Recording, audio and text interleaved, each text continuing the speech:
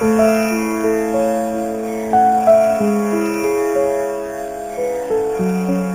ด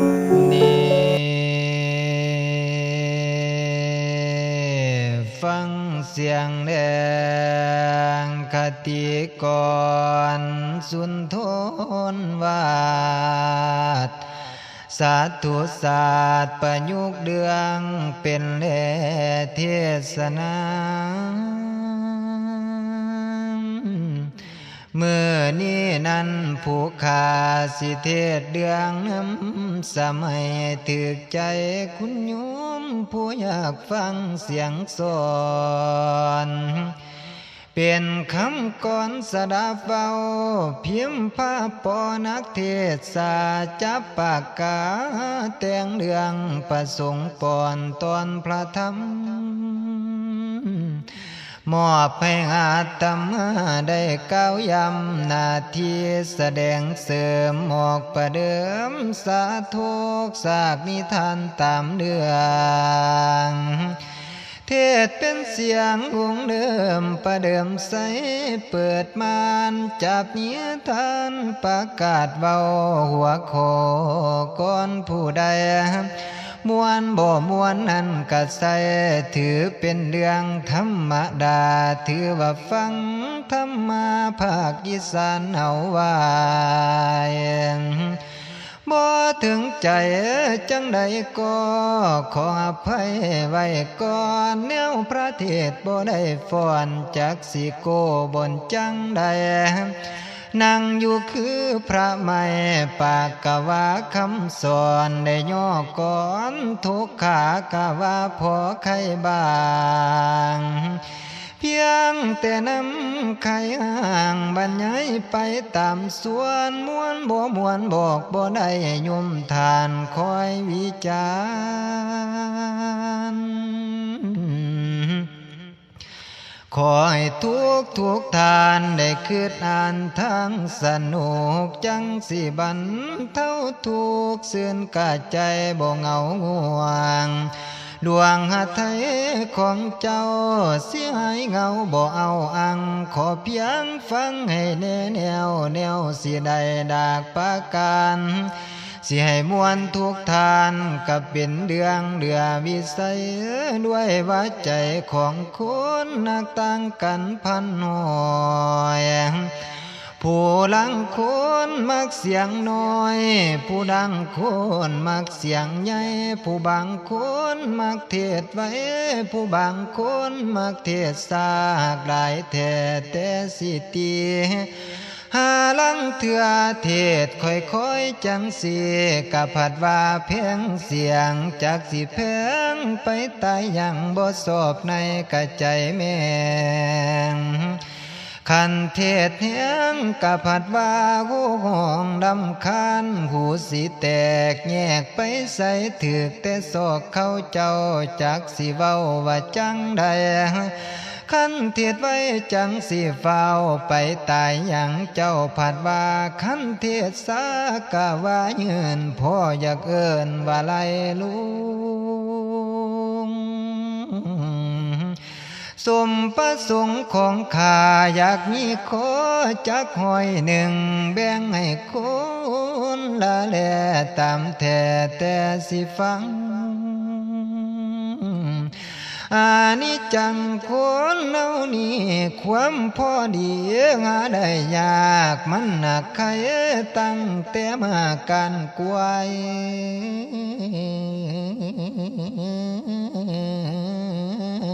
ไว้สร้างให้แดนเอาละนาแม่นบอนอยู่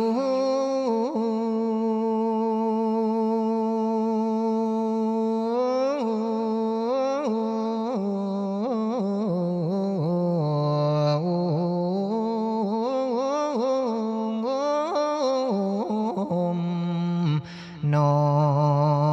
นจังวันให้ตอนนี้สมมุติตัวตามเขาบทนิทานตานโตขอแสดงบาทขอปฐมเบาเล่านิยาย เรื่องนี้เกิดอยู่ค่ายเขตทินเมืองอุบลเท่าสองคนผัวเมียผู้ทุกข์จนล้นหา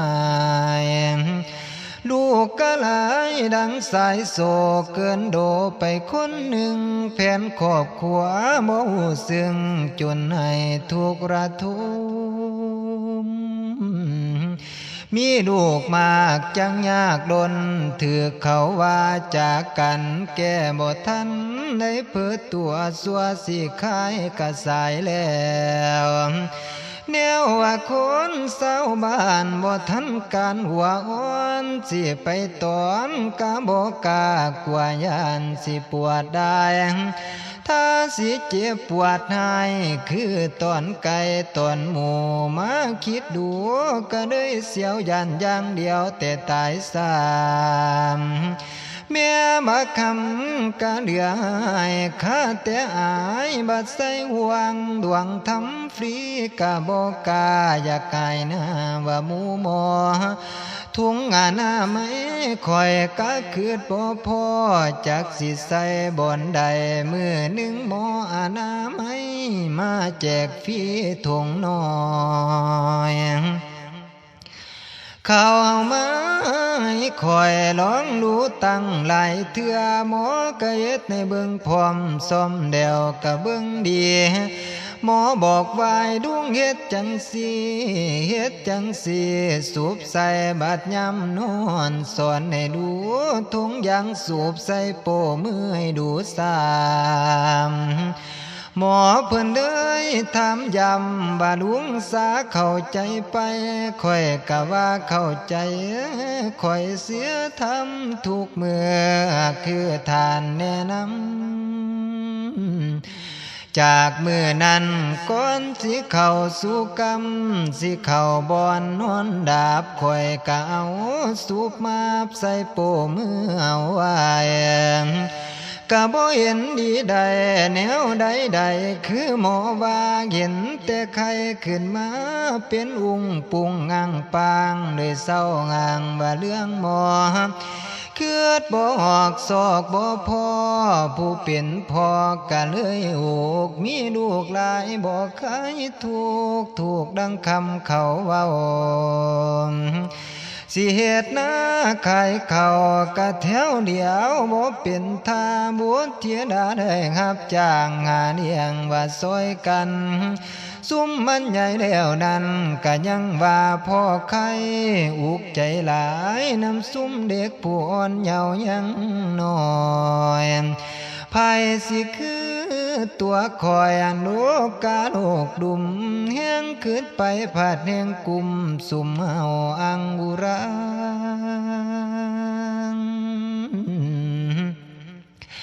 เกียดไปแล้วกะว่าสมนำหน้าจังได้ว่าเจ้าของเองขอบดวงแดงบ่ต้องเกียดจังได้เป็นคือนี่หมดวิธีปล่อยตามเรื่องพวกเศร้าเมืองกะบ่ต่างทางแก้ไขเหตุขอคงสิพ่อบัดเมื่อหลังก่อนสิเข้าพักจังสิบอกซื้อไข่จ่าเท่าตาสาน้ำของอาตมาภาคแสดงในเดือนโยมอย่าเครื่องตัวข้าผู้สื่อสาอย่าอ่อนเทียบ่แม่นสาบ้านนี้โยมทานอย่าได้เครื่องหยุดคำก่อนบนเครื่องฟังวงไม่สิไข่จ่าเมียเท่าสาซื้อใหญ่มีชื่อให้ดีเสียนอุ่นคอยฟังดูไปหน้าโยติกาไว้นี่ก่อนขอพักผ่อนเพียงเล็กน้อ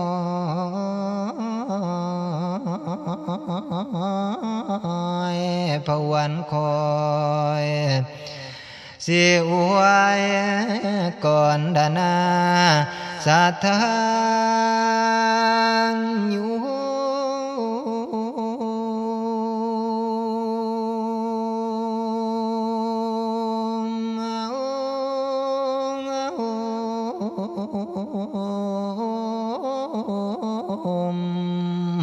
นอ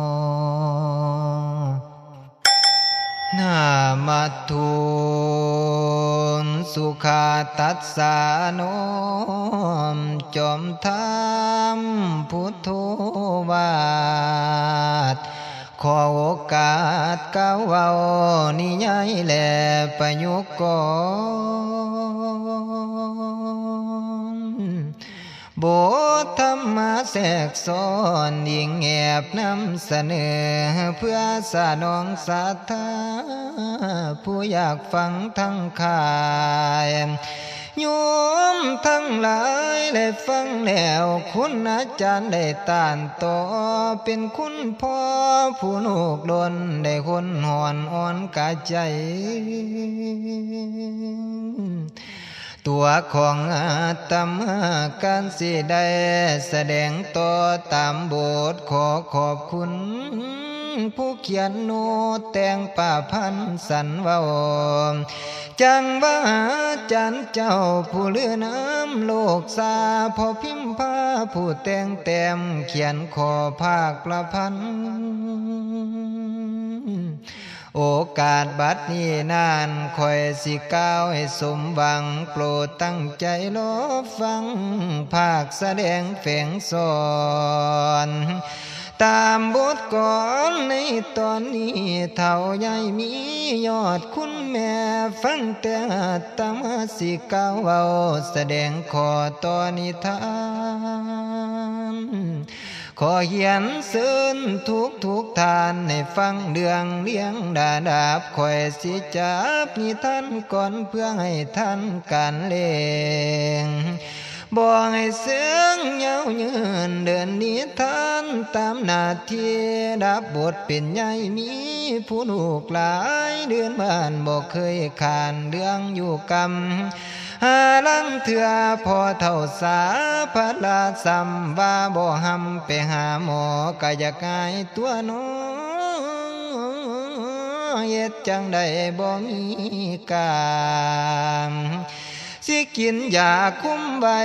บ่มีเงินสิซื้อเพิ่นปล่อยให้ออกอยู่เบิ่นนั่นตามพื้นวาสนาผู้ใส่8ผู้หญิง5ก็นับว่าขาดสน13คนพอลีทาสิมีอีกจนได้นับไปแทบบ่ทวนเป็นจำนวนตั้งโลกกว่าคืดอยากขัวจังแม่นกลุ่มซุ่มเสือเพิ่นกะติงสัวสิหยุดยานแต่วิ่งเข้าเขต2โดปาติโทเดโนเฮ็ดจังใดกะยุมทานพวกเศร้าเมืองเศร้าบ้านสิคือกันหรือบ่น้อยุ่งในบ่ผู้ลูกดนได้ทนสู่กะว่าบุญแตกอยู่เป็นบุญคอยโลดคือสงสารสังเท่าสารกับป่านบอกให้ตอนพันงอนเดิมสิลักตอนอยู่จางมือยามนอนฝันบ่ฮู้เมื่อจังแม่นอยากกะเหลือ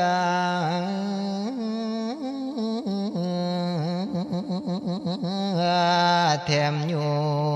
งอ่อนกะใจนั่นละนาสะทานอยู่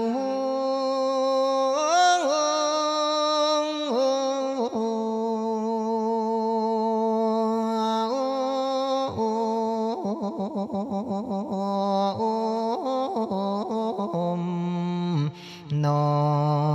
งเว้าไปใส่กะโมพลสิเว้าเรื่องบุตรธิดาขอเวลาสาธุยกให้ฟังเพียงน้อยอันบุตรของคอยแม่นได้คนกะพออยู่มีแต่ผู้โกพอแล้วผู้สู่คนโดยสะพอผู้มันงามเดือนดนใครกับพอแม่นคนกลางหุ่นสมังเนื้อเขาอันดอเหลาพอใส่ป ปัญญาไว้สมองเยี่ยมได้เทียมทานกากันสอบที่หนึ่งได้ทุกสันคู่กะยองว่าเก่งหลายแต่พ่อแม่นั้นทุกข์หายเลยบ่ส่งให้เรียนหมอคู่กะขออยู่คือกันแต่พ่อมันบ่เห็นด้วยก็เลยสวยลูกชายคอยจบมาแค่ปอสีอายุปี15แล้วพวมสิขึ้นเบาแวงเสื้อว่าแดงสันดอกหน้าผู้พวมไว้ยุ่มฟังแต่คอยสั่งแนวเดียวไว้แดงมันเดืองด้วยว่ามือมันห่าวจับผู้สาวได้เสียไก่บ่ทันใหญ่กะเกียงโดนผู้สาวบ่ฮักคอมโดยคอยโดดปล่อยเห็นพร้อมบอกหลายเถื่อบ่ว่าซาจังแม่นคือเท่าตาสาผู้พ่อมันเอาหายเจ้าสุหลายลูกไส้คอยผู้สาวบอยลมเป็นดาวสัวเป็นบ่าวว่านั้นจักสิแก่ว่าหอมใดดอกเมีย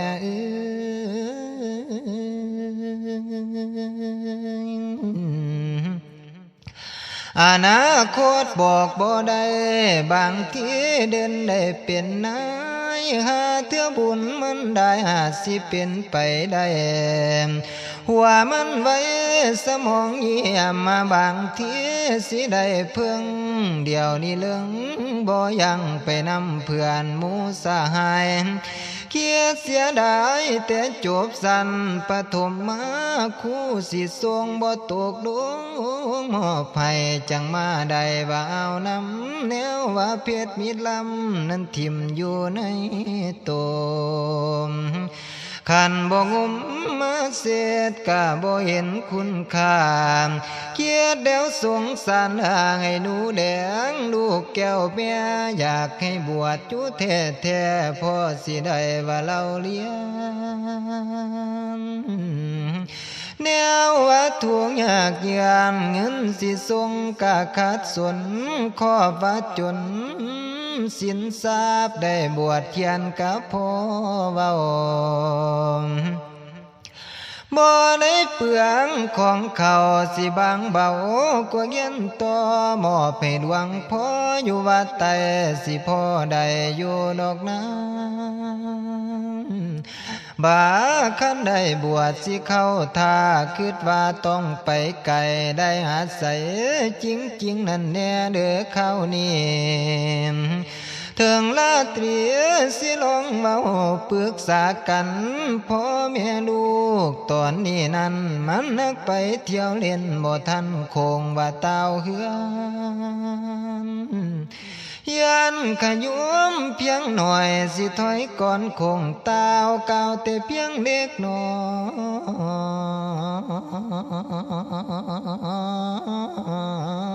ยพวันคอยเสียไว้ก่อนดานาสถานอยู่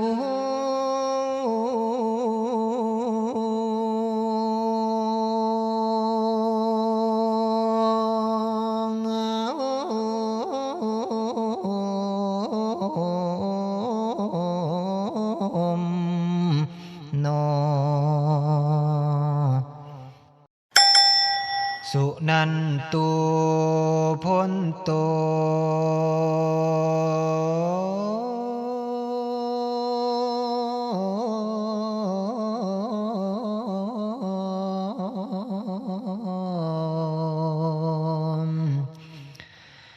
จังหวานุลาทานมีที่จานมวลนักปราชญ์ข้านาญาติพี่น้องผู้ฟังและเทศนาเจ้าผู้ใจแก่กาได้สร้างก่อการกุศลหมุดสุคนที่มาฟังเทศนาวันนี้เจ้าทำดีได้มาสร้างกุศลทานปล่อยวางธรรมทานหัวไผ่ขยุมทานได้อันตอง บัดนี้ฟังนิทานต่อเรื่องคนลืมตัวสืบต่อแม่และพอประกาศเดียวเห็นมองปองสิไข่ตัวของอาตมากาสิได้บอกกล่าวน้ำแฝงซื้อหนูแดงในนิยายภาคประพันธ์วันนี้อายุมีได้15ตามสายตาบ่ทันใหญ่ผู้เยาว์ไว้แห่งยาคูศึกษาไว้ได้ไต่ตองเด็กสายแดงต่างจากพวกพี่น้องสมองเรียนดีแต่บ่มีจังว่าเพราะขาดทุนสิหนุนเกื้อเดือวิสัยก็เลยเล่นความจำเป็นเข้าบีบพาลูกสาวนากะสำนี้ได้ตกต่อยตำตะกุลพวกไว้แลกแตกดุนได้ว่าวุ่นเกเรชีวิตเพื่อพังสลายก็มากมายแต่เห็นพอมีเหตุผลหลายข้อที่ทำให้ใจนั้นแปรเปลี่ยนข้อที่หนึ่งพอและแม่บ่ห้ามเอาแท้แต่สิไปลูกทำซัวบ่น่าไปใครสิส่งเสริมเติมเกิดทำเสียได้ซัว3 นิ้วลืมคาถาคนเฒ่าโบราณเพิ่นบอกทีเพิ่นบอกว่าหัวควายต้องให้ผูกหักลูกต้องให้เตี้ยภาษิตมีกล่าวไว้คันทำได้ประเสริฐผลสอนลูกไว้ตั้งแต่ต้นไม่อ่อนนั้นพอดาดบัดแก่มาจังสิเอามากาดอาสิพังกลางปองถือเป็นความบกพร่องของเงาพวกพ่อแม่ข้อที่2นั้นได้แก่สิ่งแวดล้อมกระทำให้เดี๋ยวเสื่อมเสียเห็นตัวอย่างอยู่พัมเพื่อเอ้ยก็เกิดเป็นนิสัยเส้นหนังจีนหนังไทยปลูกนิสัยเสียง่ายสากทั้งหลายได้เห็นแล้วก็เอาแนวแบบอย่างสากต่างๆเส้นจีปนกะลายโลนหลากวิธีสากนั้นนี่ก็มีมากให้สวนคิดแทรกเข้าไปในดวงจิตได้เชื่อจำกะทำบางหลายหนทางหลายข้อทำให้ใจนั้นแปรเปลี่ยนเลียนแบบเขาเบื้องบางจึงทำสร้างแล้วก็กรรมเพียรหรือเถือกบ่หูซ้ำเพียงแต่อยากลองดูหูว่าพอใจเดือกะก็กรรมทำมวนเลยรวมตัวเสียส่วนได้เสียคนยังบ่อยู่โอ้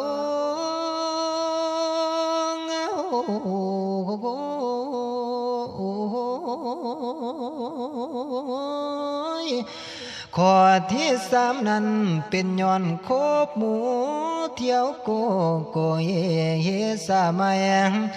คันบ่ไปกะบ่ได้หมู่สิว่าขืนขาดเกียงใจเขาสารพัดขอไฟเห็นเป็นเพื่อนพ่อแม่อยู่เฮือนกะบ่สำคัญเท่าลัวหมู่ของเขากะว่าหยุกสมัยนี้น่าเสียนพ่อครูสถานพัฒนาตั้งแต่ด้านวัตถุสิ่งเดียวไหลด้านจิตใจนั้นสมรู้เสื่อมธรรมบ่จำได้คันสิไขกะเหลือส่วนนาดูตนสงสารนี่มันนักเป็นน้อจังสิ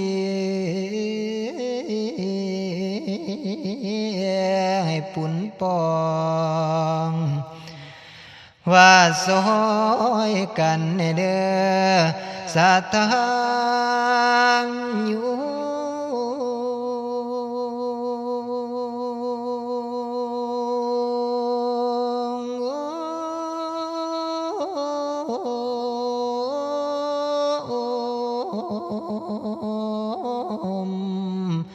นอ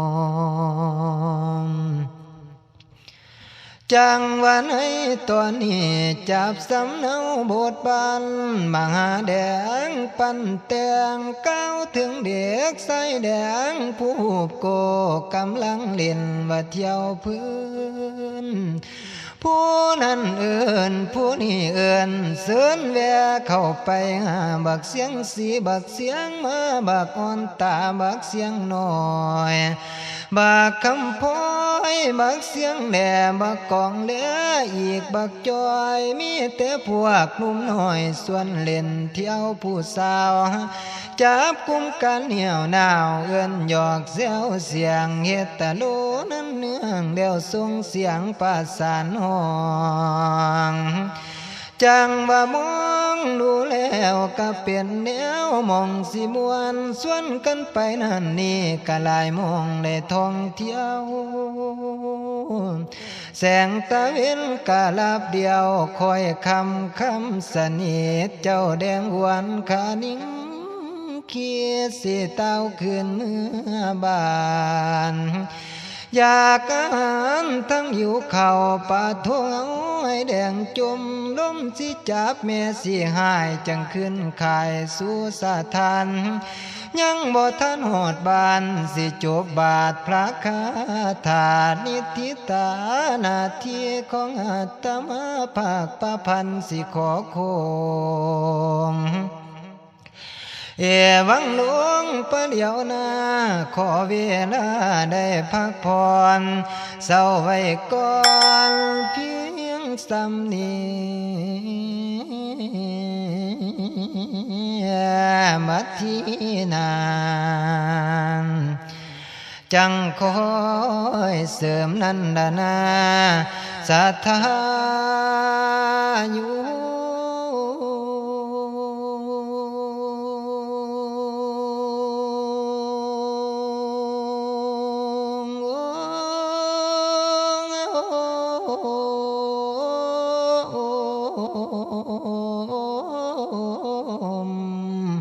นอ